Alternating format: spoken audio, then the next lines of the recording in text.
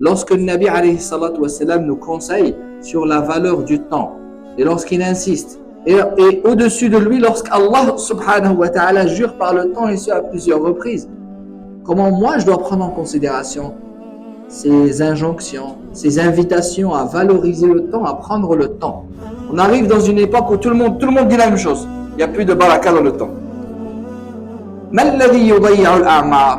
Qu'est-ce qui fait que les âges sont perdus? Qu'une personne, au bout d'un temps révolu, se dit j'ai perdu un bon bout de temps de ma vie. La première des choses,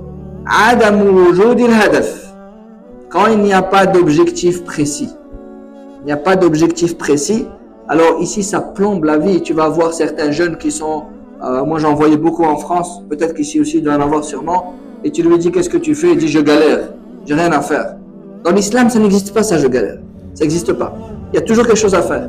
Parce qu'il y a toujours une évolution. Je dois aller vers Allah Azza wa Jal parce que j'ai un objectif. Je veux rentrer au paradis. Ça, c'est le plus grand objectif. Maintenant, dans ce bas monde, je dois aussi avoir des objectifs. Des études, à atteindre un poste pour pouvoir manger halal, pour pouvoir me marier, constituer une famille. L'islam m'invite et m'éduque à ce que la société elle soit constituée de petites familles et que moi je dois constituer ma famille. Et pour cela, je dois me construire mentalement, religieusement, construire aussi cette intelligence pour pouvoir justement la partager avec mes enfants. Et que toi-même tu pourras éduquer tes enfants.